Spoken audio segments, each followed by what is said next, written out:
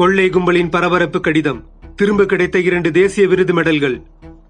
ஐயா, எங்களை மன்னித்து விடுங்கள். உங்கள் உழைப்பு உங்களுக்கேன்னு லெட்டர் எழுதி வச்சுட்டு களவாண்டு போன 2 தேசிய விருது மெடல்களையும் திருடிட்டு போனவங்களே மணிகண்டன் வீட்டு வாசல் கேட்டுல ஒரு கவர்ல கட்டி தொங்க விட்டுட்டு போயிருக்கிற சம்பவம் பரபரப்பை ஏற்படுத்தி இருக்கு. டைரக்டர் மணிகண்டனுடைய தேசிய விருது வாங்கின காக்கா முட்டை, கடைசி விவசாயி படங்களை ரசிகர்கள் யாருமே மறந்திருக்க வாய்ப்பில்லை. 2015 வெளியான காக்கா முட்டை படத்துல நடிகை ஐஸ்வர்யா ராஜேஷ், யோகி பாபு, விக்னேஷ், ரமேஷ் திலகன் மற்றும் STR கேமியோ ரோல்லையும் நடிச்சிருப்பாரு. ரெஸ்டாரண்ட்ல உட்காந்து ஒரு பீஸா சாப்பிட ஆசைப்படுற 2 குட்டி பசங்க அதுக்காக பயங்கர பிரச்சனைகளை எல்லாம் போராடி ஜெயிச்சு கடைசியில அந்த பீஸாவை சாப்பிடுறதுதான் காக்கா முட்டையோட கதையே. ரசிகர்களால சிறந்த படங்கள் கண்டிப்பா கௌரவிக்கப்படும் அப்படிங்கிறதுக்கு காக்கா முட்டை படம் ஒரு ப்ரூஃப்.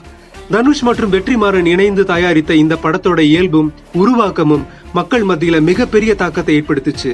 யாருப்பா இந்த படத்தோட இயக்குனர்னு ரசிகர்களால தேடப்பட்ட மணிகண்டனுக்கு தேசிய விருதும் கிடைச்சது.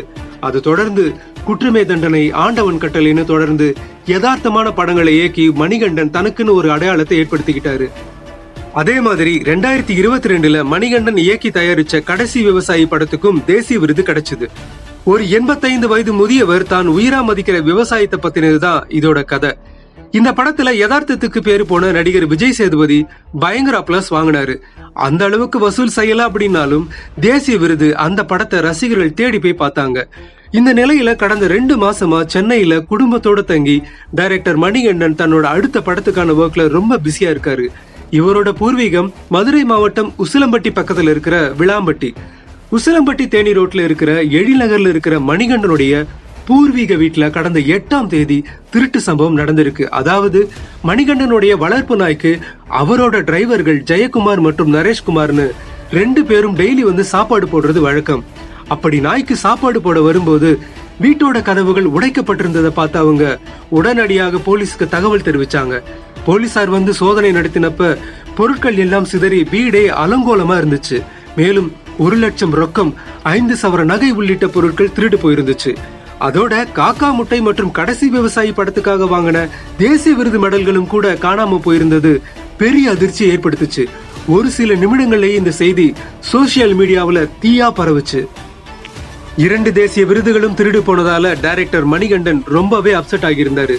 என்னோட ஹார்ட் ஒர்க்குக்கு கிடைச்ச கௌரவம் அது இப்படி திருடு போயிருச்சேன்னு குடும்பத்தார்கிட்டையும் நட்பு வட்டாரங்களையும் புலம்பி தீர்த்துட்டாரா மணிகண்டன்.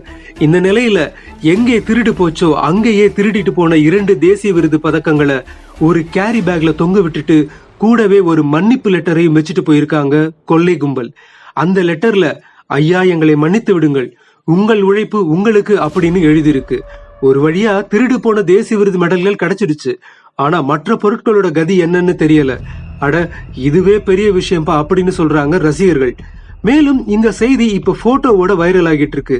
திருடனாய் பார்த்து திருந்தாவிட்டால் திருட்டை ஒழிக்க முடியாது அப்படிங்கிற பாட்டு தான் இப்ப ஞாபகத்துக்கு வருது.